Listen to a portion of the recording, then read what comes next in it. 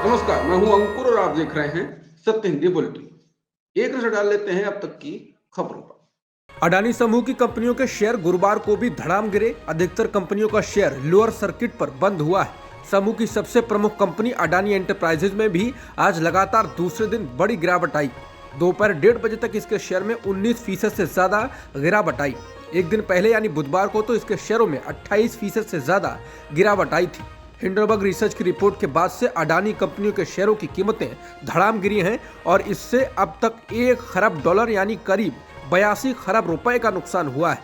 ये गिरावट अब कई कंपनियों में 40% से ज्यादा हो गई है। हिंडनबर्ग अमेरिका स्थित निवेश रिसर्च फर्म है जिसे एक्टिविस्ट शॉर्ट सेलिंग में महारत हासिल है। हिंडनबर्ग रिसर्च ने उद्योगपति गौतम अडानी की कंपनियों पर स्टॉक में हेरफेर और लेखा धोखाधड़ी का आरोप लगाया है। रिपोर्ट में कहा गया है कि हमने अपनी रिसर्च में अडानी समूह के पूर्व वरिष्ठ अधिकारियों सहित दर्जनों व्यक्तियों से बात की, हजारों दस्तावेजों की जांच की और इसकी जांच के लिए लगभग आधा दर्जन देशों में जाकर साइट का दौरा किया। ये रिपोर्ट अडानी समूह की प्रमुख कंपनी अडानी एंटरप्राइजेज की 20,000 करोड़ रुपए की फॉलो ऑन शेयर बिक्री से पहले आई।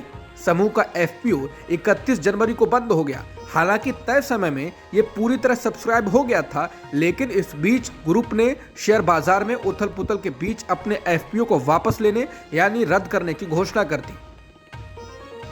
अडानी एंटरप्राइजेज का एफपीओ रद्द होने के बाद गौतम अडानी ने वीडियो बयान जारी कर इसके पीछे का कारण बताया है। अडानी ने वीडियो संदेश के जरिए कहा, हमारे एफपीओ पूरी तरह सब्सक्राइब होने के बाद इसे वापस लेने के हमारे फैसले ने कई लोगों को हैरान कर दिया होगा, लेकिन कल बाजार की हालत देखकर हमारे बोर्ड ने समझा कि एफपीओ के साथ आगे बढ़ना नैतिक रूप से ठीक नहीं होगा। उन्होंने कहा कि एक कारोबारी के तौर पर मेरे 4 दशक के सफर में मुझे सभी स्टेक होल्डर्स और खासकर निवेशकों का भरपूर समर्थन मिला। मैंने जीवन में जो कुछ भी पाया है वो आपके भरोसे के कारण ही पाया। मेरी सफलता आपकी है। मेरे लिए मेरे निवेशकों का हित सर्वोपरि है, सब कुछ उसके बाद है। उन्होंने कहा कि निवेशकों को संभावित नुकसान से बचाने के लिए हमने एफपीओ वापस लिया है। भारतीय रिजर्व बैंक यानी आरबीआई ने भारतीय बैंकों से अडानी समूह की कंपनियों में उनके निवेश के बारे में विवरण मांगा है। सेबी भी कथित तौर पर जांच में जुट गई है। रॉयटर्स न्यूज एजेंसी और सीएनबीसी ने खबर दी है। आरबीआई और सेबी तभी जागे जब शेयर मार्केट में पिछले सप्ताह से अडानी समूह के शेयर डूब रहे हैं और इस ग्रुप को करीब $100 बिलियन का नुकसान अभी तक हो चुका है। 2 अंतर्राष्ट्रीय प्राइवेट बैंकों सिटी ग्रुप वेल्थ और क्रेडिट स्विस ने अडानी समूह की सिक्योरिटीज पर रोक लगा दी है। भारत सरकार ने अभी तक औपचारिक रूप से किसी जांच का आदेश नहीं दिया है या उसकी घोषणा नहीं की है। अडानी ग्रुप की कंपनियों के शेयर लगातार गिर रहे हैं और इस घटना के कारण भारतीय शेयर बाजार भी सहमा हुआ है। आज निफ्टी 0.03% गिरकर 17,610 पर बंद हुआ तो सेंसेक्स 0.38% बढ़कर 59,932 के स्तर पर बंद हुआ। निफ्टी और सेंसेक्स के प्रदर्शन में अंतर केवल अडानी समूह के शेयरों के कारण है।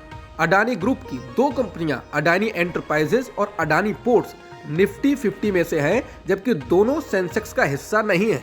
रॉयटर्स के मुताबिक मोतीलाल ओसवाल फाइनेंशियल सर्विसेज के रिसर्च हेड सिद्धार्थ खेमका का कहना है कि अडानी के शेयरों में बिकवाली ने बाजारों में दहशत पैदा कर दी है।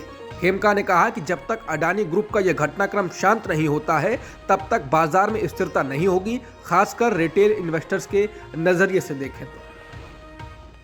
अडानी के खिलाफ जांच की मांग को लेकर संसद के दोनों सदनों में आज गुरुवार को जबरदस्त हंगामा हुआ। नारेबाजी हुई। स्पीकर ने विपक्ष को अडानी का मामला उठाने की इजाजत नहीं दी। हंगामे को बढ़ता देख संसद को शुक्रवार तक के लिए स्थगित कर दिया गया है। अडानी समूह के मामले में विपक्षी दलों ने अब उच्च स्तरीय जांच की मांग की है। कांग्रेस अध्यक्ष मल्लिकार्जुन खड़गे के नेतृत्व में विपक्षी दलों के सदस्यों ने एक संयुक्त संसदीय समिति यानी जेपीसी या देश के मुख्य न्यायाधीश के द्वारा नियुक्त पैनल द्वारा अडानी समूह की जांच की मांग की है। संसद के बाहर पत्रकारों से बात करते हुए खड़गे ने कहा, विपक्ष द्वारा पेश नोटिस हमेशा खारिज कर दिए जाते हैं। यही वजह है कि विपक्षी सदस्यों ने इस मुद्दे को एक साथ उठाने का फैसला किया। कांग्रेस नेता मल्लिकार्जुन खड़गे ने अडानी मामले में आज सदन के बाहर पत्रकारों से बात करते हुए कहा कि सरकार ऐसी कंपनियों को कैसे पैसा दे रही है, क्यों दबाव डलवाकर दिलवा रही है। एसबीआई, एलआईसी ने पैसे दिए हैं। हमको समझ नहीं आ रहा है कि ऐसा क्यों कराया गया है। इसलिए लोगों के हित को ध्यान में रखते हुए पूरा विपक्ष जांच की मांग कर रहा है। या तो जेपीसी जांच करे या सुप्रीम कोर्ट के नेतृत्व में जांच हो और हर दिन जांच की प्रोग्रेस जनता के सामने रखी जाए। इससे लोगों को भी पता चलता है कि लोगों की कमाई कहां गई, कहां तक बच गई। नहीं तो सारे लोगों का विश्वास बैंकों से उठ जाएगा। इसलिए लोगों के हित में हमारी मांग है कि इस पर चर्चा हो और जांच कराई जाए। सारी पार्टी के नेता हमारे साथ हैं। हिंडनबर्ग की रिपोर्ट के बाद अडानी ग्रुप के साथ सरकार भी घिरने लगी है। आज विपक्ष ने एक सुर में इसकी जांच की मांग की और सरकार को घेरा है। आम आदमी पार्टी के नेता और राज्यसभा सांसद संजय सिंह ने कहा, सारा विपक्ष एक आवाज में बात कर रहा है। जो घोटाला हुआ है उस पर सरकार जवाब दे। मोदी जी अपने मित्र को बचा रहे हैं। इसमें ज्वाइंट पार्लियामेंट्री कमेटी बननी चाहिए और उससे जांच करानी चाहिए। नहीं तो सुप्रीम कोर्ट के मुख्य न्यायाधीश की देखरेख में जांच होनी चाहिए। संजय सिंह ने कहा, कल को ये आदमी भाग जाएगा तो क्या करोगे आप? इनका पासपोर्ट जब्त करो। आम आदमी पार्टी के नेता और राज्यसभा सांसद संजय सिंह ने कहा है कि अमृतकाल में ये जो महा घोटाला किया है उसका नाम अडानी है, जो मोदी का करीबी मित्र है। आप नेता ने कहा कि अडानी के हवाई जहाज में पीएम चलते हैं, वो बीजेपी के खजांची हैं। अडानी विदेशों में फर्जी कंपनियां बनाते हैं, हजारों करोड़ों के अपने ही कंपनी के शेयर खरीदते हैं और लाखों करोड़ का कर्जा बैंकों से ले लेते हैं। आज एसबीआई, एलआईसी जैसों ने लाखों करोड़ों अडानी की कंपनी में लगा रखा है। इसमें जमा पैसा आम आदमी का है। किसी ने बेटी की शादी के लिए जमा किया, किसी ने घर बनवाने के लिए, बीमारी के लिए, वो सब परेशान है। आज एलआईसी, एसबीआई डूब रही है, लोगों का पैसा डूब रहा है, लेकिन मोदी जी चैन से सो रहे हैं। बीजेपी के लोकसभा सांसद रवि किशन ने अडानी को लेकर विपक्ष के हंगामे पर कहा कि बजट से कांग्रेस को कोई मुद्दा नहीं मिला तो वो अडानी के पीछे पड़ गए। रवि किशन ने एक टीवी चैनल से बात करते हुए कहा कि इसे छोटी राजनीति कहते हैं, ये सिर्फ मुद्दा भटकाने का तरीका है। इससे दिखता है कि कांग्रेस के पास मोदी को परास्त करने का कोई तरीका नहीं बचा है। कल के बजट के बाद ये होना था, क्योंकि बजट के बाद लोग जय जयकार कर रहे हैं, इसलिए हमको पता था ये लोग बदमाशी करेंगे। आगामी मेघालय और नागालैंड चुनाव के लिए उम्मीदवारों की घोषणा बीजेपी ने कर दी है। बीजेपी ने इस महीने होने वाले मेघालय विधानसभा चुनावों की सभी 60 सीटों पर अकेले चुनाव लड़ने का फैसला किया है। तो नागालैंड में पार्टी एनडीपीपी के साथ मिलकर चुनाव लड़ रही है। नागालैंड में वो 60 सीटों में से सिर्फ 20 सीटों पर चुनाव लड़ेगी। दोनों राज्यों की कुल 80 सीटों के लिए बीजेपी ने अपने उम्मीदवारों के नामों का ऐलान कर दिया है। नागालैंड में बीजेपी 20 सीटों पर और एनडीपीपी 40 सीटों पर चुनाव लड़ेगी। Indian railway management service exam 2023 का आयोजन अब यूपीएससी करेगा। समाचार एजेंसी पीटीआई के मुताबिक रेल मंत्रालय ने गुरुवार को एक बयान जारी कर इस बदलाव के बारे में जानकारी दी है। पहले कहा गया था कि 2023 में इंडियन रेलवे मैनेजमेंट सर्विस में भर्तियां इसके लिए आयोजित होने वाली एक खास परीक्षा के जरिए होंगी, लेकिन अब यह फैसला बदल दिया गया है। मंत्रालय ने इस फैसले में बदलाव की कोई वजह नहीं बताई है। जम्मू कश्मीर के नरबाल में हुए बम धमाकों में पुलिस ने एक स्कूल शिक्षक से आतंकवादी बने आरिफ को गिरफ्तार किया है। पुलिस ने जांच के दौरान आरिफ के पास से एक परफ्यूम आईईडी भी बरामद किया है।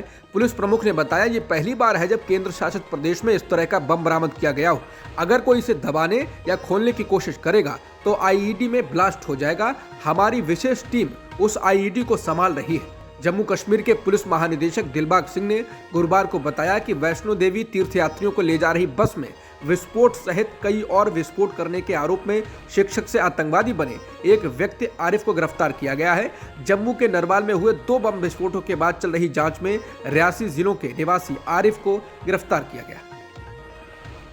केरल के पत्रकार सिद्दीक कप्पन गुरुवार को आखिरकार जेल से रिहा कर दिए गए। वो उत्तर प्रदेश में 2 साल से अधिक समय से जेल में बंद थे। उन्हें 1 महीने पहले ही जमानत भी मिल गई थी, लेकिन उन्हें कुछ कागजी कार्रवाई में व्यवधान आने की वजह से रिहा नहीं किया जा सका था। उनको उन दोनों मामलों में पहले ही जमानत मिल चुकी थी जिनमें उन्हें आरोपी बनाया गया है। दूसरे मामले में जमानत मिलने के 1 महीने से अधिक समय बाद लखनऊ की एक विशेष अदालत ने बुधवार को उनकी रिहाई के आदेश पर हस्ताक्षर किए थे। सत्र न्यायाधीश लखनऊ द्वारा हस्ताक्षर किए गए रिहाई आदेश में जिला जेल अधीक्षक को निर्देश दिया गया था कि यदि कप्पन किसी अन्य मामले में वांछित नहीं है तो कप्पन से निजी मुचलका प्राप्त कर उन्हें रिहा कर दिया जाए। अब तक की खबरों में इतना ही। बाकी खबरों के लिए बने रहिए सत्य हिंदी के साथ। नमस्कार।